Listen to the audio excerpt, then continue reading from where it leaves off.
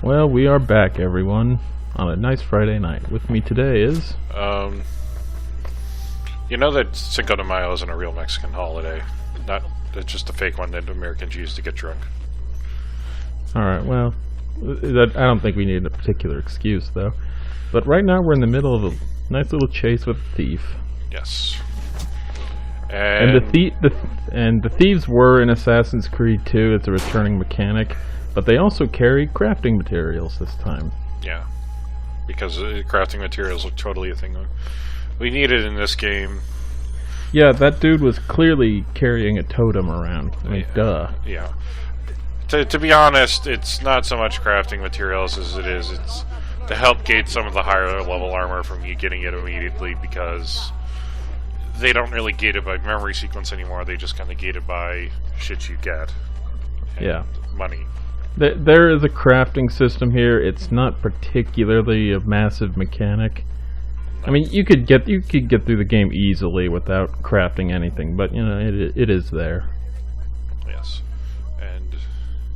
but yeah, this is still in the early part of the game when a lot of Rome is still walled off, so you might as well keep going on the story path because there's just not a whole lot to see in this very small corner of the map. Yeah.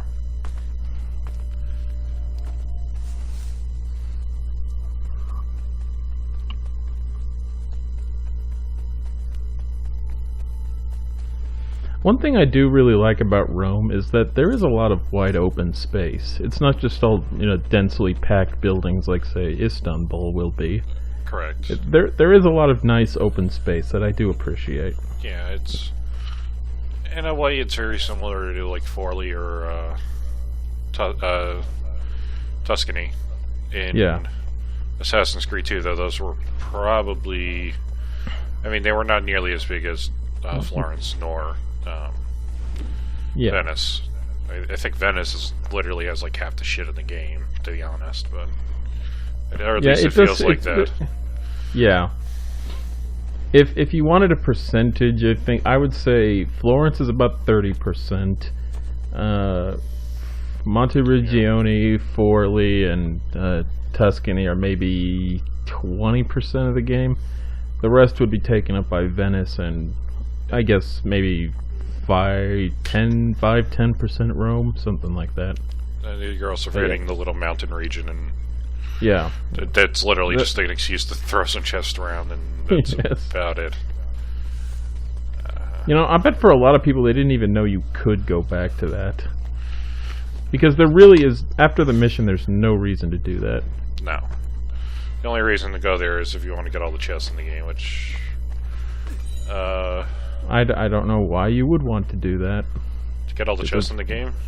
It's really boring, and there's no point to doing it. Like, literally no point.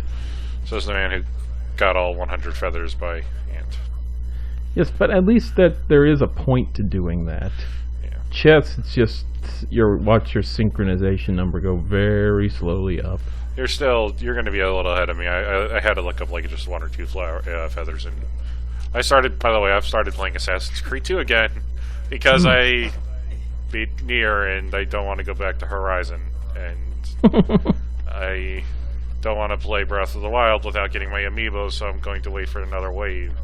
So, yeah, go me. So I'm playing AC2 again, because I can. And I mean, it still holds up pretty well, I think. It's got some dumb things in it, but, like, the one thing that I really... So one of the things that I kind of hate about AC2, and it's not AC2's fault, it's just that they've really made the free running a hell of a lot better over the course of the series, notably with Assassin's Creed 3, and then with Unity. They really made it easy to get places and not make it janky as fuck. And unfortunately, here, you have to do their stupid little long jump in order to get there.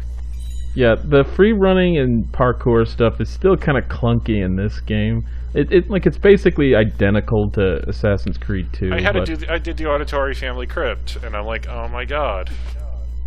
How many times will I accidentally run and jump into the completely wrong direction because of this game? And Yeah, you really just going. Okay, that flag I tagged back there. I tried for a long time to get it.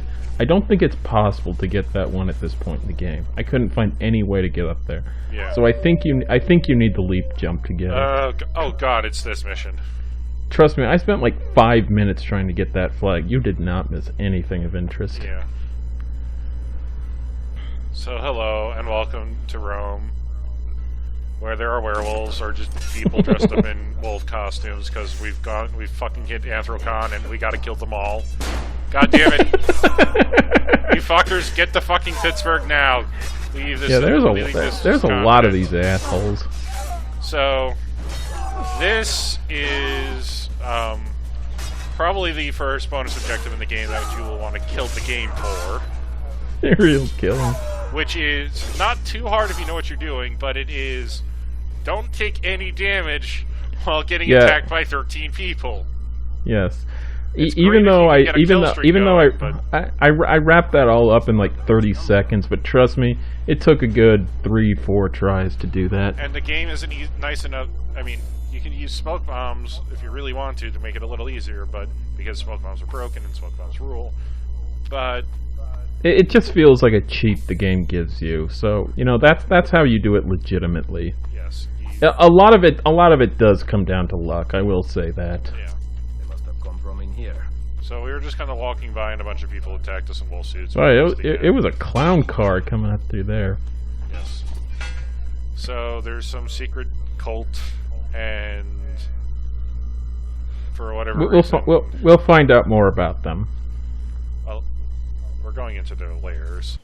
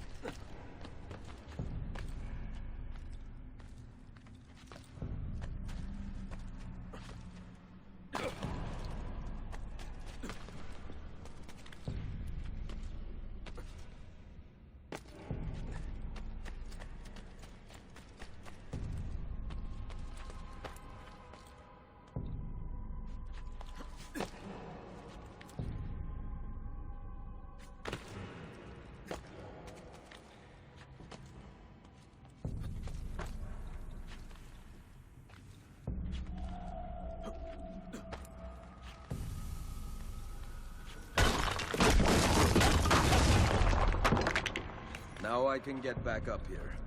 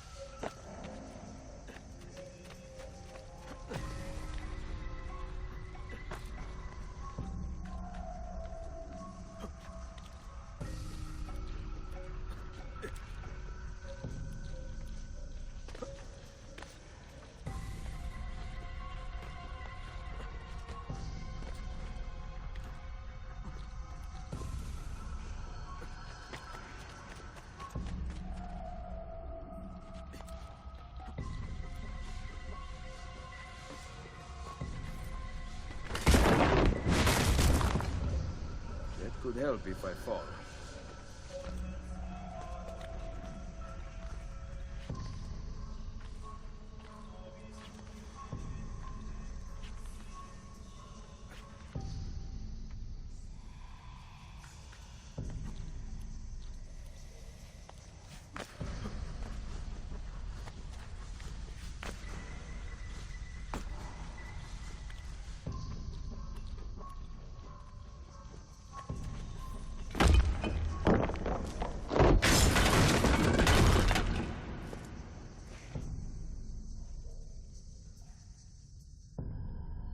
Perfect. A route up if I fall.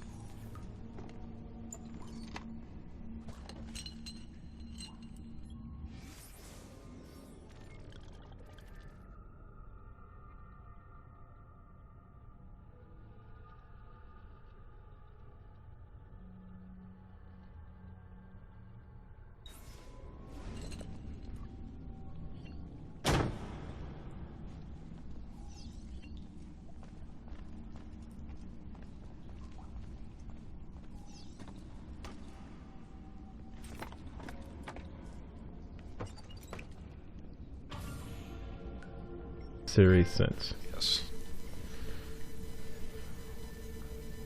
And Again, I hate when these screenshots are taken because I don't like a pure white or black screen. I like to have nice looking ones. Is that really so wrong? yes. Oh, don't pretend you don't set up trophy screenshots. I get them when I get them. The followers of Romulus. This band of false pagans has been terrorizing the city for months and driving the people into the arms of the church. Quite convenient. Exactly. I believe the Borgia are supporting them, but proof remains scarce. That is why the letter is so important. Here it is. I hope you can break a cipher. Cazzo! Another encryption. This one was supposed to be legible. They are transmitting them using a code sheet. Without it, we have nothing. Sometimes logic is not the only way to win a war. Andiamo. You said we had allies in the city. Bring me to them. Follow me. Leonardo isn't here. He was an ace at cracking codes in the previous game. He didn't even need an encryption code. He just kind of transposed some letters somehow, because apparently Altair was an utter idiot about... Sorry. Always, wow, it's a lot of influence for the Borgia. Yes.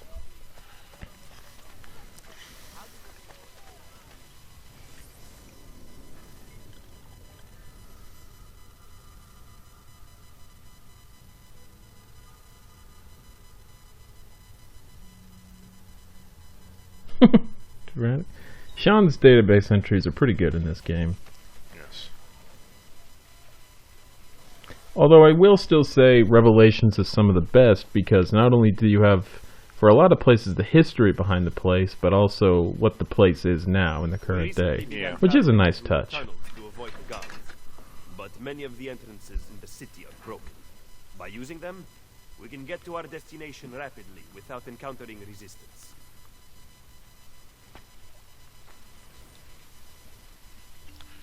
So, welcome. Yeah, now we have a nice fast travel system, which is much better than the fast travel in Assassin's Creed 2. The fast travel in Assassin's Creed 2 was literally you had to go find a man with a cart and buggy and pay him 100 florins to go to another place. Or maybe 4 florins if you were in some sort of regional proximity. It was really bad. Yeah, I miss being able to zoom around viewpoints as fast travel, but I will say it took a major step. Ben trovato, Nicolò. Ah, Ser Ezio. A pleasure. Fabio Orsini, at your service. I've heard a great deal about you from my cousin, Bartolomeo d'Alviano. A fine warrior. Fabio has lent us an unused storeroom on Isola Tiberina. I know you were used to better accommodations in Toscana. It is perfect. Bene. Then I am off to begin preparations for Romagna. Today, Cesare commands my men, but soon I hope we will be free. Now I propose we begin planning our assault on the Borgia. Oh, you think we are ready for such an attack? See, Do you know, for instance, where the Borgia troops took Caterina Sforza? what? Are you also unaware that the Borgia have captured the Apple of Eden? How could we have lost the apple? So, you do not know what goes on with our enemies. Do we at least have an underground here to work with? Hardly. Our mercenaries are ensnared in a losing battle with Cesare's French allies. We have girls working for us in a brothel, frequented by cardinals and other important Romans. But the madam there is lazy, and would rather attend parties than further our cause. What about the city's thieves? Do they have a guild? See, but they refuse to talk to us. I don't know why. What are you going to do? Make some friends. Everything going on in this game. I know that because I've been watching the Borgias on Netflix, so a lot more familiar with the real life history behind everything that's going on here. We are very much in the later stages of Rodrigo's papacy. Yes. It took a severe decline after we got in a fist fight with a dude in a white cloak, but it seems to be picking up a little bit. Yeah. Though. Okay, the little flyovers like this should do the same thing Assassin's Creed 2 did and give us the year. Because Brotherhood only takes place over the course of 2-3 years, I think. Yeah. So whatever you say about Ezio, he does work pretty fast. Unless he has to get trained to be an assassin, in which case it takes like forever. Or Yeah, but it says in 1499 while Cesare is in Romagna. So yeah, this whole thing is taking place towards the very end of the 15th century.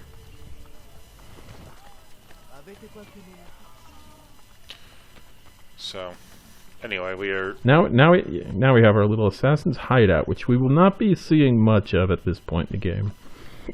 Because there's really not much to do there, is the thing. Don't have a bird coup, and man, those boards are 90 everywhere. 96. 96 boards, wow. This is that one stable, man. We're going to be conquering this place soon enough with that one stable. You know, one thing about Assassin's Creed games is that they do have very nice concept art.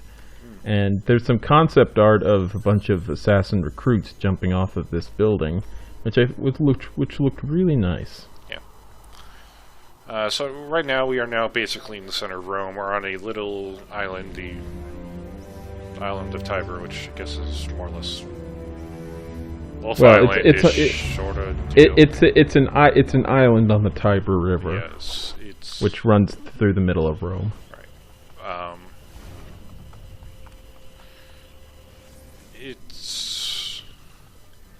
So right now, we pretty much have free reign to go anywhere in the city we want. But even though, well, I don't think you can get all the keys to the Scrolls of Romulus at this point in the game. No, but even so, it doesn't feel right to get all of them at this very early stage of the game. No. Remember, in game, I've spent about, like, at this point, maybe 2.5 hours playing this game or so. Yeah. So we are still very early in it. Yeah. So anyway, what we are about to do right now, at least story-wise, is we are going to start aligning ourselves with the 3 factions that everybody loves in Assassin's Creed games, or at least 2 factions and the one everybody loves, which are thieves, mercenaries, and courtesans, or dancers, depending on what iteration we're in. It's courtesans in this series. Correct. So, because this is, of course, our hideout, we have a nice little nexus of shops we can buy and upgrade. These shops are actually a little different than the other ones. Because they are on Tiber Island, we can actually do little side quests and stuff to unlock new weapons and armor and stuff. But I don't think you'll be showing that off immediately. No. I will say at this point in the game, it's still better to more or less keep going along with the plot. Instead of... Okay, yeah, you have shop quests, so you need to find all the crafting materials. And then... jerk. And also because this is Assassin HQ, there is no Borgia Tower here, so you can buy up all the shops as soon as possible. Right, which is kind of nice, to be honest. Yeah. Because sometimes you just want to buy shops without having to burn things, you know? Some people just want to see the world burn. Yes.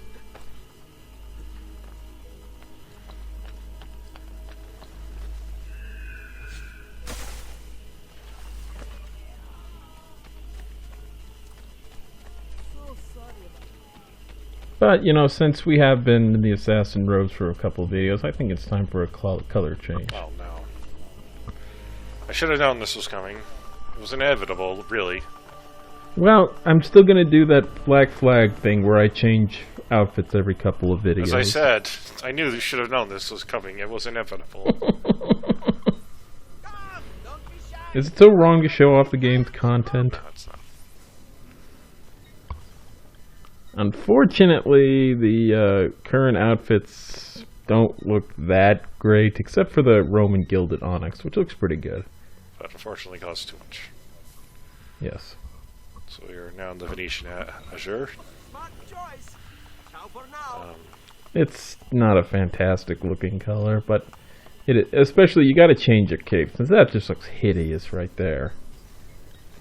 And we can dye our cape in this game. Yes. Ubisoft is really making their money.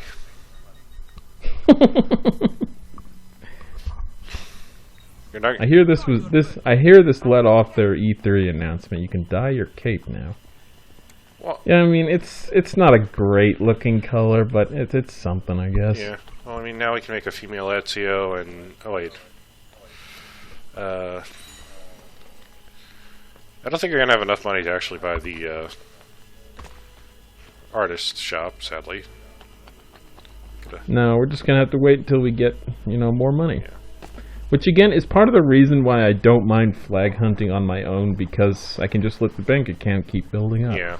And one thing that I would have to say about this game, even if you have to go to a place, there are 10 different banks throughout the city, as I think it's been shown before. So it's not like you have to have to just make your way back to the villa, back to Monteriggioni, back to the villa, and go talk to Claudia every single time. Yeah, that's a dumb mechanic. That was just bad. I mean, it makes sense, but it doesn't. It makes sense in the setting, but it's just not very convenient. It's such a pain in the ass. You're running around Venice looking for feathers or something, then it says, "Oh, final deposit made in Monteriggioni. Go and collect it. Any additional florins will be wasted." And you just gotta go all the way back to Monteriggioni to do it. Then you gotta come back and remember where you were looking. Yeah. So it's just a pain in the ass. And there's really there's nothing in the game. There's nothing about it. Doesn't add anything to the game, I will say. Now, one thing that's cool is that you can fall backwards, which was in Assassin's Creed 2, so I'm glad it's still here. Yeah, it's a little more awkward in that game. Yeah.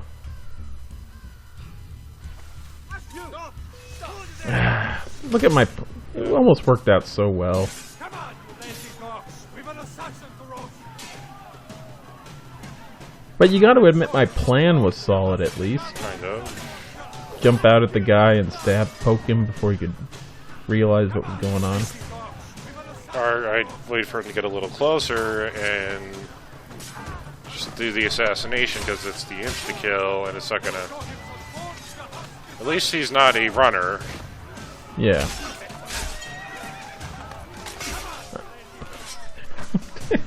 Stupid horse guy.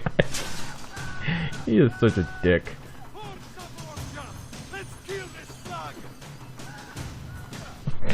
This is so stupid looking.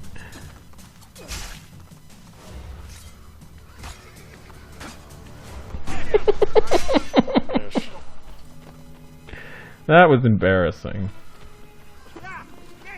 But now you see all these jerks running away, so we can pretty much burn the tower at leisure.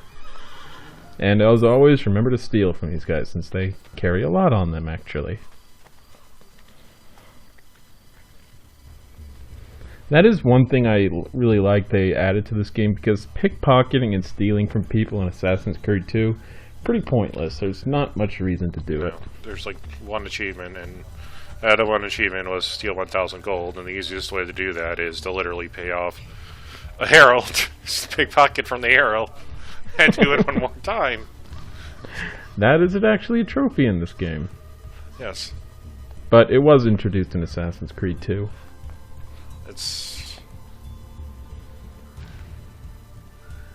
And this is why I like Assassin's Creed. Because going up these towers is so much fucking easier. And getting down them is easier too. Yeah, it's you have a button that lets you auto path your way up or down a building. It's a lot nicer than, oops, time to fling myself into the abyss and pray I catch on to something. Like, as much as I hate Assassin's Creed 3 in some ways, and as much as bad as Assassin's Creed Unity was in some ways, they really did a good job making a lot of this shit better. Yeah, Unity's problems are in the sort of, it's not very polished bug-wise, but as on a simple mechanical front, I think it's better than this game. Hey, only 24 viewpoints, not 60 fucking 9.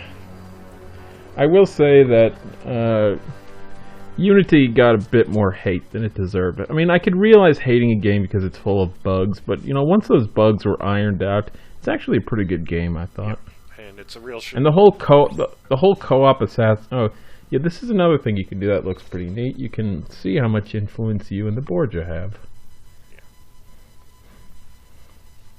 Unfortunately, we still have to liberate a lot. But hey, we are just getting started in this game. There's a long way to go. Well, not a whole lot long. This is not that long a game. if I was just going through the story and stuff like that, I could probably finish this game in 15 videos or so, something like that. It's not a terribly long game, especially compared to games like Assassin's Creed 2 or Assassin's Creed 3, Yeah. which are both much longer games. Yes. Yes.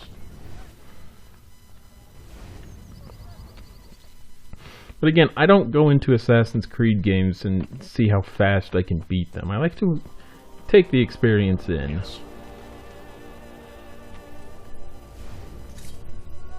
It's like playing a Yoko Taro game, Yeah. except the plot is kind of less fun. Oh, here. Did you notice something weird just then? You're glowing red, and your handle's glowing red. Yeah, for some reason in this game, when you kill someone, your hand starts glowing red for a bit. I have no idea why that is. Ezio did not kill civilians. But yeah, it doesn't matter if you kill regular dudes or anything. Your hand just glows red in eagle vision. Ow. That was really stupid.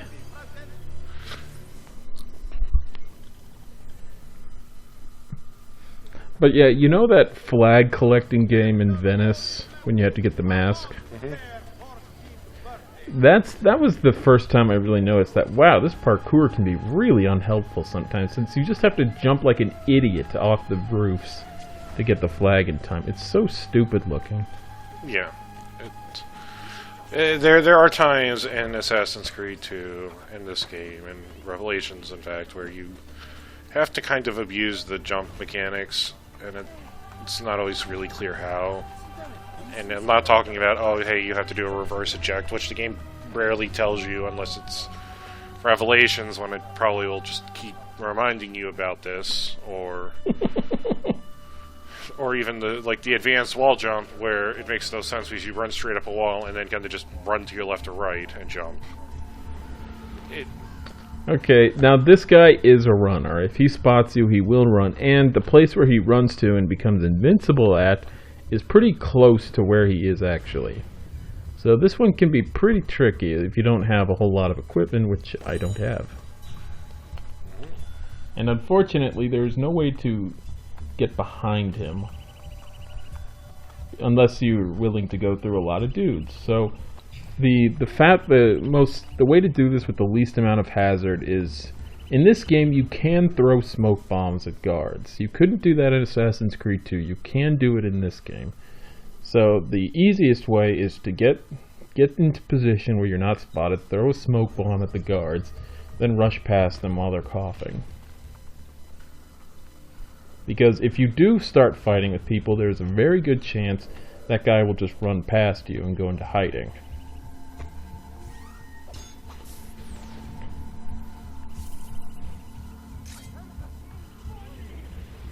Didn't even flinch. I guess because they weren't close enough.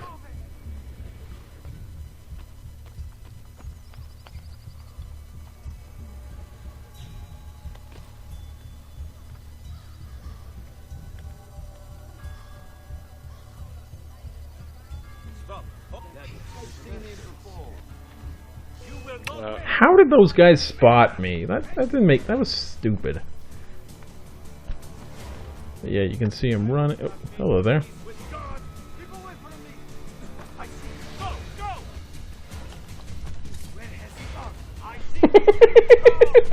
This is so goofy. This would be a case to just throw a smoke bomb and... This went very... Oh boy. Gotta say, that was pretty funny. I enjoyed that. Yeah, he just vanishes behind. He even left his sword behind. Did you see that? Yeah. Yeah, that was pretty goofy. And now you gotta run away from everybody. Except I'm not doing that. You gotta throw him to the scaffold. Well, yeah, duh. Ah, God. And now come the rocks. Stereo panicking. Oh, God. This was not the smoothest escape ever. No. Hey, bench. hiding spot. Very... Another adventure over. Alright. Alright, record.